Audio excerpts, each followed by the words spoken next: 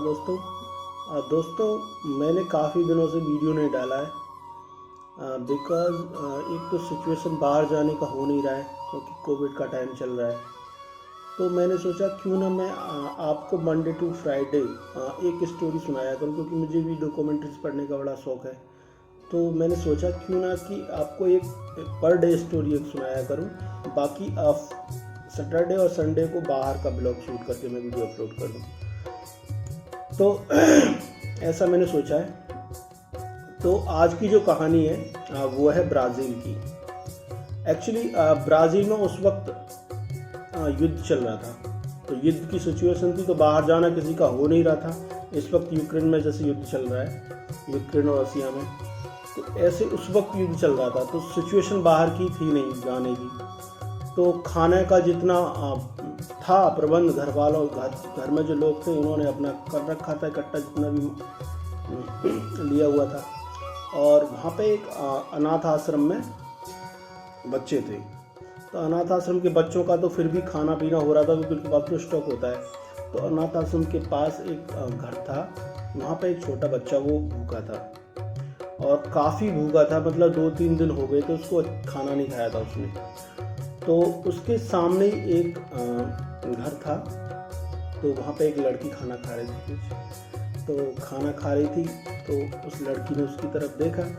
अब वो देखा तो वो लड़का वो तो भूखा था, क्योंकि वो उसने सारा क्या खाओगे, तो उसने कहा हाँ मैं खाऊंगा। तो उसके बाद वो गली से चुपके से आया और उसके घर चला गया। घर जाने के बाद क्या खाओगे खाने में, कि मुझे लिक्विड दो, मुझे मतलब पहले पानी पीना है। और उसके बाद उसने एक गिलास दूध पिया और 2 ब्रेड के स्लाइस लिए उसने। तो उसको खाने के बाद थैंक यू बोल के वो वहाँ से निकल गया। और निकलने के बाद वो उसके घर की नेम प्लेट को भी देख गया कि वो किसका मकान है।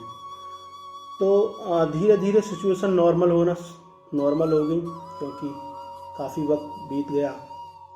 तो लगभग 30 साल बाद क्या हुआ कि उस जो लेडीज़ थी, एक्चुअली वो जो लेडीज़ थी वो मतलब लड़की थी, उस वक्त वो बुज़ुर्ग हो चुकी थी 30-35 साल बाद। तो उसका एक्सीडेंट हो गया। तो उसको फिर एडमिट कराया गया।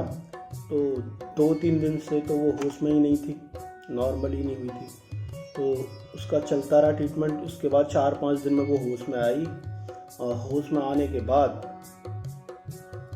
उसका टेंशन होने लगी उसको कि मेरे पास तो इतना बैकअप ही नहीं है ना, मेरे पास तो इतना नहीं, तो मेरा इंश्योरेंस इतना है कि मैं पे कर सकूं। तो वो टेंशन में आ गई। तो उसने जो सिस्टर थी वहाँ पे हॉस्पिटल में, तो उसको बोला कि मेरा बिल मुझे दिखा दो, मेरा बिल कितना हो गया। तो सिस्टर ने कहा हाँ ठीक है, हम दिखाते हैं आपको बिल। तो कुछ देर बाद आई सिस्टर, तो सिस्टर ने बिल उनको दिखाया कि, तो उस पे लिखा हुआ था कि 1 ग्लास दूध और 2 ब्रेड स्लाइस पेबल। तो वो लेडीज़ उसको देख के मतलब अचरज में पड़ गई, मतलब कि ये क्या है मतलब। तो इतनी ही देर में जो हॉस्पिटल के जो डायरेक्टर थे, मतलब एक्चुअली वो जो डॉक्टर थे जिन्होंने उनका ट्रीटमेंट किया था, वो डॉक्टर डेविन थे। तो उन्होंने वो उनका ही हॉस्पिटल था। तो उन्होंने फिर उनको याद दिलाया उस लेडीज़ को कि जब युद्ध छिड़ रहा था तो मैं आपके घर आया था, तब आपने मुझे दूध का गिलास और ब्रेड खिलाए थे। तो मैं भूला नहीं हूँ, मैं आपके घर की जो प्लेट थी ना, घर के बाहर जो प्लेट लगी हुई थी उसको देख के गया था, तो मैं आपके नाम को भी जानता हूँ। तो दोस्तों ये जो कहानी है ये हमें यही शिक्षा देती है कि हमें हमेशा भलाई के काम करने चाहिए। भलाई पलट के आती है। कभी तुम किसी की मदद करके देखो, तुम्हारी भगवान मदद करेगा, उसमें कोई वो नहीं है कि वो वक्त लग सकता है, लेकिन भगवान आपके पास भलाई ही लौट कर आएगी। तो इसीलिए हमेशा देने की भावना रखो, लेने की मत सोचो।